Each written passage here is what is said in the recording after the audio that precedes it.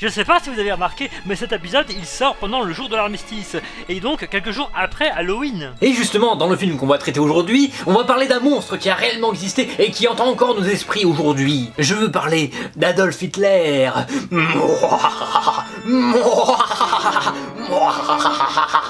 Non mais pourquoi tu parles de ce monstre de façon humoristique? Bah il est mort depuis 80 ans et tout le monde se fout de sa gueule en permanence. Je vois pas pourquoi je le prendrais au sérieux. Non mais t'as pas le droit de rigoler des heures les plus sombres de notre histoire. Si tu te prends pas Hitler au sérieux, ça veut dire que tu le relativises. Donc tu es sympathisant fasciste. Donc tu es nazi. Donc tu es antisémite. Donc tu es raciste. Donc tu es anti-migrant. Donc tu es un militant du Rassemblement National. Donc tu es négationniste. Donc tu es réactionnaire. Donc tu es populiste. Donc tu es pour Trump. Donc tu es un oppresseur. Donc tu es un blanc privilégié. Donc tu es un violeur. Ah non, ça y est, j'ai compris. Il faut que je joue la carte du gentil youtubeur pour espérer ne pas avoir de problème. Bah oui, commence par respecter les gens et après on te respecte. Et bien pour te prouver ma bonne foi, je t'invite à animer l'émission en ma compagnie. Ah, c'est gentil, j'espère que c'est pas parce que je suis issu d'une certaine minorité oppressée par le colonialisme occidental. Mais c'est de la discrimination positive ton truc. T'as vendu ton cul à la bien-pensance YouTube, t'es un cuck. Ah ah, ça c'est l'argument typique du complotiste d'extrême droite frustré qui insulte tout ce qui ne flatte pas sa virilité toxique. Bon, c'est déjà assez compliqué d'expliquer et de justifier ses propos quand on parle d'un sujet tabou, alors si en plus vous vous y mettez à plusieurs...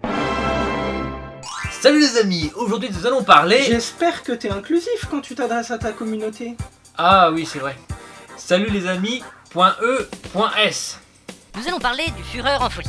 Oui, c'est un film qui existe. Et français, monsieur. Sorti dans les années 70, heure de gloire de la comédie à la française, et considéré aujourd'hui comme un des plus gros nanars de notre cinéma de patrimoine. Et on remarque dès le début que Warner Bros s'est chargé de la distribution du film, comme quoi eux aussi avaient déjà senti l'odeur de succès que dégageait ce concept. Et si on voit des images de baby-foot sous fond de chansons populaires alors que le sujet initial du film c'est le Führer, ne vous inquiétez pas, vous n'allez être pas déçus. Après tant d'années, le Führer occupe encore une place importante dans l'actualité. De nombreux historiens ont cherché à psychanalyser ce personnage diabolique. Ah oui, c'est vrai qu'il était vraiment diabolique ce salopard. T'es vraiment courageux de dire ce que tout le monde pense tout bas. Oh, on a trouvé le successeur de Nagui. Ce nazi, ce facho, ce salaud, ce voyou. Eh mais je savais pas moi que Hitler il était méchant en fait. Ah, je suis trop déçu. Monsieur Hartung, le Führer footballeur, pourquoi? Oui, dans ce film, nous allons voir Adolf Hitler qui va jouer au foot contre l'équipe de France.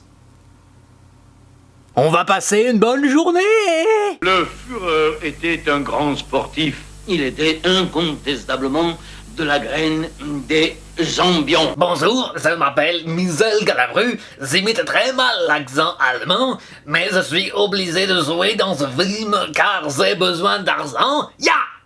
Et c'est seulement à une semaine du match que ces espions découvrent votre camp d'entraînement secret. Si vous n'avez pas compris tout ce charabia, la France n'est pas un état avec un gouvernement et une armée, mais une équipe de foot. Soudain, un avion attaque, et par un subtil effet visuel, le réalisateur nous fait croire qu'il y en a une dizaine. Quand on n'a pas les moyens, il reste notre imagination. Et ça mange pas de pain. Mais qu'est-ce qu'ils foutent à la DCA? Amenez-les-moi, mort ou vif! Et conduit par le chef hystérique, l'équipe de France découvre que les défenseurs du terrain d'entraînement, c'est-à-dire les futurs héros du film, se font bronzer au lieu de répliquer aux avions allemands. Branchez de tête là, mon adjudant, faites comme nous, et il n'y a pas de soleil en France. Ouais, vous êtes blanc comme un lavabo-leur. Laissez y aller! Il me tue! Ah, il me tue! Il est tellement gros qu'il fait tomber ses collègues avec lui. Mais cette scène est vachement grossophobe. Tu permets que je m'en plaigne sur Twitter? Ça prendra 2 secondes. Je vais leur faire croire qu'ils sont très importants. Messieurs, pardonnez-moi cette heure un peu tard. Vous avez compris? Ils forment le drapeau français avec leur pyjama. Nous vous désignons donc, à l'unanimité, comme volontaires pour capturer le Führer, mort ou vif. Ok, on y va tout de suite. Vous désirez toujours aller en Amérique. Ah ouais? Ouais. Surtout pour le jazz. Ouais, puis comme ça on verra les Américains, on pourra toujours leur dire de ne pas attendre la fin de la guerre pour venir nous délivrer comme d'habitude. Ah ah, ils veulent dire que les Américains c'est les meilleurs et les Français c'est des gros incompétents. Ah ah ah. Les 3 cons, les 3 héros, sont alors envoyés en parachute sur le territoire ennemi, dans une séquence dans laquelle je dois comprendre qu'il faut rire.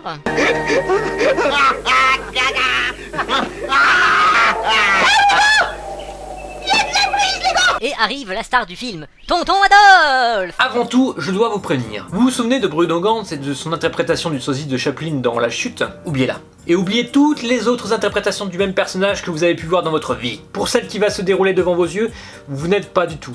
Mais alors pas du tout prêt.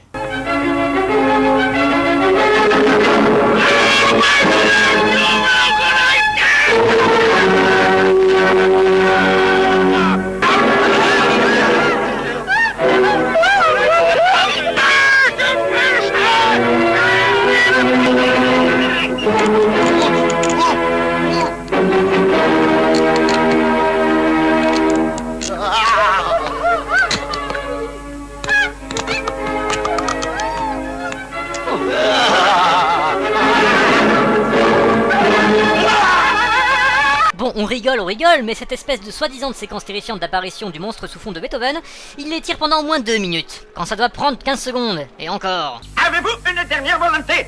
Non, mais si vous voulez une cigarette, Non, un curé.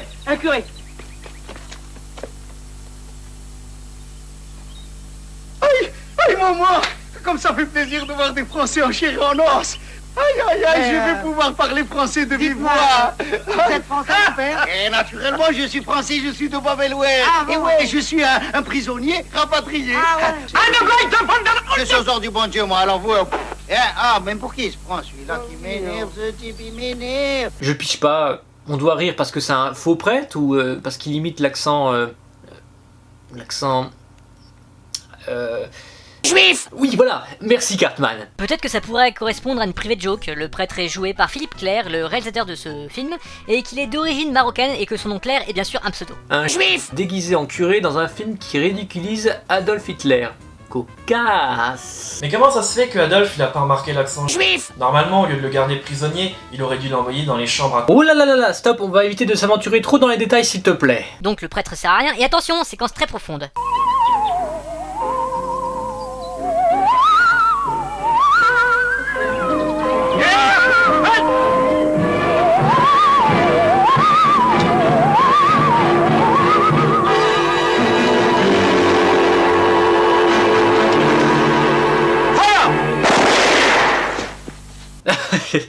Ok, là c'était drôle. Bah oui, quand c'est des méchants fachos qui meurent, y a pas de problème. Après ce dénouement intense, Adolphe découvre que les 3 Lumières sont membres de l'équipe de foot de France. Je vous reconnais, vous êtes le grand international de l'équipe de France de football que nous écraserons dimanche prochain. Tenez, vous avez une tache de chocolat là, oui. Et ensuite, il les réquisitionne de force dans l'équipe allemande.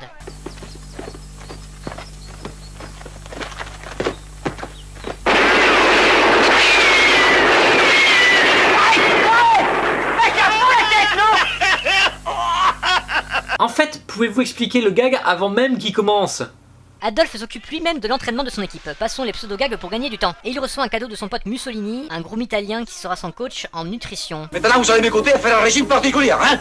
Spaghetti, rigatoni, maccheroni, tortellini, cannelloni, tagliatelle, bucatine. Vous avez compris? Il est italien! Parce qu'il parle de pâtes avec la musique de Rossini au fond! Les 3 génies tentent de s'évader sous l'œil indifférent des soldats SS lorsqu'ils sont pris sur le fait par le subordonné du Führer. Lui vouloir qu'à foutre nous, Alors nous, pas contents. c'est lui ou nous. Aïe, das Fleisch,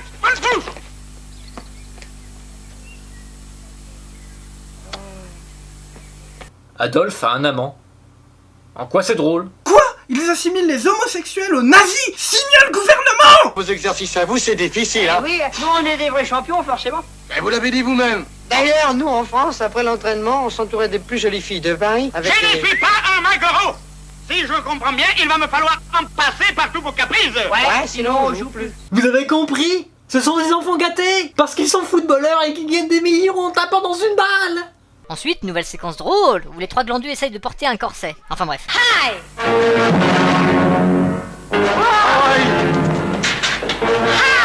Eh mais, il y avait déjà des féminazis à l'époque! L'armée allemande fait quant à elle des exercices avec leurs chars, avec des bruitages très subtils.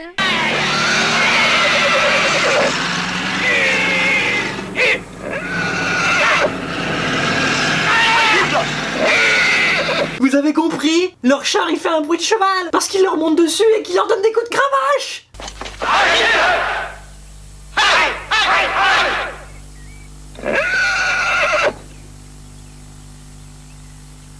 Puis on nous présente la femme d'Adolphe, qui hurle autant que son conjoint. C'est encore la Bronne qui vous demande au téléphone. La Furine. La Furine, je lui mets ma pine, elle boit mon urine. Faites silence. Travaillez 12 mains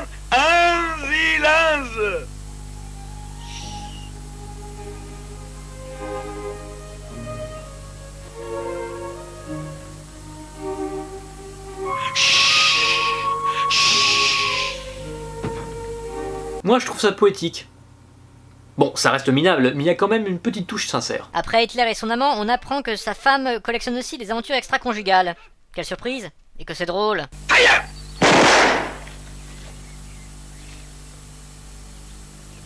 Adolphe présente alors les 3 troufions à sa femme, qui les invite à un concert classique.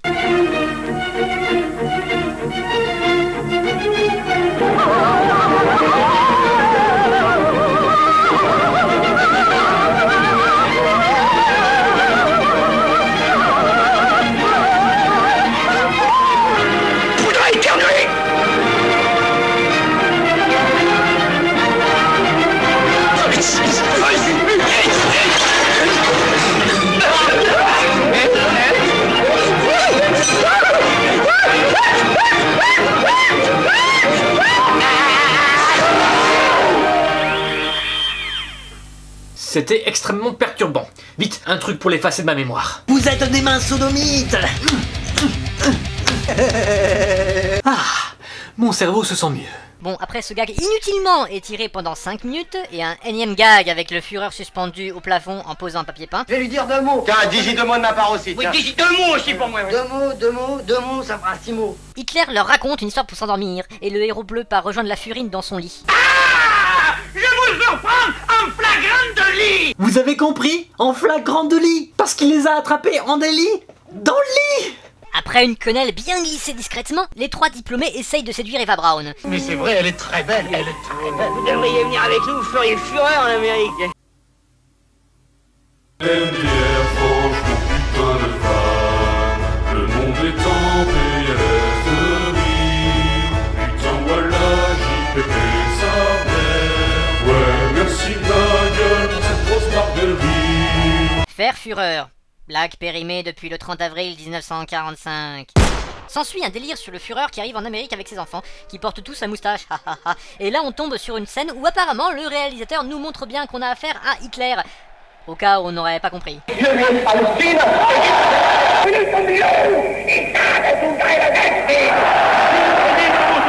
Vous avez compris? Il fait du playback sur les vrais discours d'Adolphe. Parce que c'est pas le vrai. Bon, après toute une dizaine de minutes sur des sketchs pas drôles comme l'avion qui déchire les uniformes des SS en passant au ras du sol, les 3 Einstein qui s'évadent et qui sont poursuivis par l'armée allemande, et par la Furine qui pilote un char rose, car c'est la seule fille de l'équipe, si j'ai bien compris la blague. Mais depuis quand les filles sont caractérisées par la couleur rose? Encore un coup du patriarcat! L'heure du match France-Allemagne approche, et un commentateur sportif joué par Roger Carrel essaie de copier l'accent foireux de Galabru sur image de stock shot un peu anachronique. En effet, dans quelques instants, l'essor du monde va s'échouer avec les matchs de football Allemagne-France.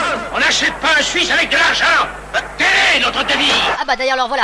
Et c'était un Suisse allemand d'ailleurs. Nuance, nuance. Ils auront la victoire, ils ont perdu toute espérance de gloire. Qu'est-ce que ça veut dire dans le cul? Ils disent que toute votre intelligence est là, dans le cul. C'est sûrement de là-dedans d'où est sortie leur idée du film. Et c'est une avalanche de gags auxquels nous allons assister pendant les 15 dernières minutes du film. Attends, mais c'est du whitewashing de là! C'est-à-dire? Regarde, dans l'équipe de France, y a que des blancs, alors qu'il devrait y avoir au moins 90% de noirs et d'arabes. Donc pour toi, tous les noirs et les arabes sont forcément footballeurs? Bah oui, c'est là où ils sont les meilleurs et le mieux représentés. Mais c'est un peu réducteur ce que tu dis, d'où tu peux affirmer qu'ils peuvent faire que du foot comme métier? Bah vas-y, développe, explique ton point de vue. Mais arrête de me contredire et de démonter mes arguments, t'es juste en train de me harceler. Vas-y, je te bloque.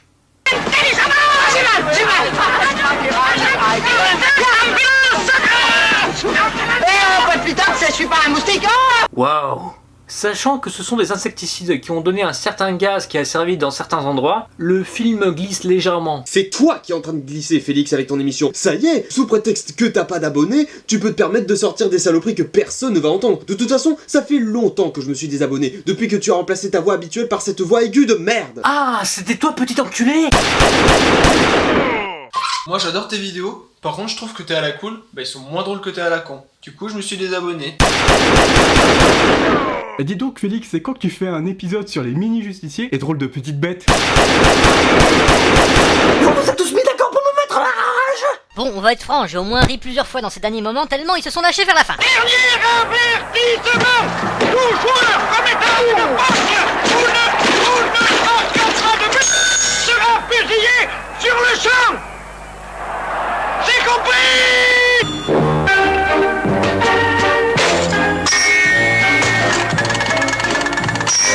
Ça va pas?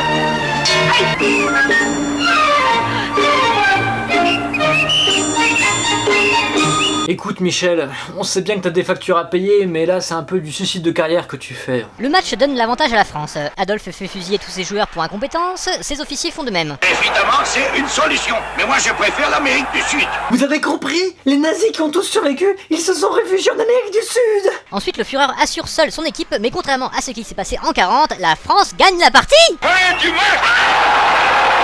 Et sans l'aide des Américains en plus, qui ont été les vrais vainqueurs de la guerre. Hein, c'est écrit dans les livres d'histoire, c'est vérifiable. Hein. Adolphe s'enfuit par un conduit et rejoint sa femme Eva et part en exil. Vous avez compris? Hitler ne s'est pas suicidé. Oh oui, vous avez compris. Danse devant moi. Danse, baila. Eh ben, Adolphe qui se retrouve en plein désert, déguisé en bavaroise et humilié par sa femme aux tendances BDSM. On comprend pourquoi il a préféré se suicider dans ce bunker. Et puis, Adolf Hitler, entraîneur d'une équipe de foot, aussi incompétent que Raymond Domenech et le PSG d'autrefois. Quelle déchéance tout de même. Bah oui, Hitler il a pas fait que des choses bien dans la vie. Non, on est presque à la fin de la vidéo et je veux y arriver sans encombre. Bon, tiens, allez, cassez-vous. Juste 3 mots. Gros bordel monumental. Des cris, des coups, des acrobaties dignes du monde fou de Tex Avery, un je m'en foutisme assumé, des acteurs qui se lâchent comme pas permis et un humour extrêmement douteux. Y a pas de doute, c'est bien un film comique français de l'époque comme on n'en fait plus. Est-ce qu'on aura le même regard sur les films d'aujourd'hui dans 40 ans ? Je sais pas. En tout cas, faudra se les taper pour se faire un ami, et ça, je vous laisse ce plaisir. Et pour finir sur le Führer en folie, sachez que malgré tout, on peut passer un bon moment pizza-bière avec ses meilleurs potes devant. On ne peut qu'être fasciné par exemple par les interprétations de Henri Tissot en Adolphe, et Maurice Rich en Franchouillard qui ont en 1h20 ringardisé et anéanti l'acteur studio. Donc si vous avez du temps à perdre, jetez-y un œil, c'est pas aussi soporifique et chiant que le lac des morts vivants par exemple. Pour cet épisode, on aura encore tenté le diable, on a dû atteindre le point Godwin je ne sais combien de fois, mais bon, vu la portée médiatique de ma chaîne, je doute que j'obtienne des représailles de la part de certaines personnes. Ah, c'est marrant parce que j'allais justement signaler ta chaîne pour incitation à la haine.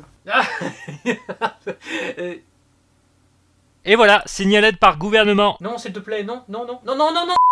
Mais voilà, c'était sûr en fait. C'était sûr.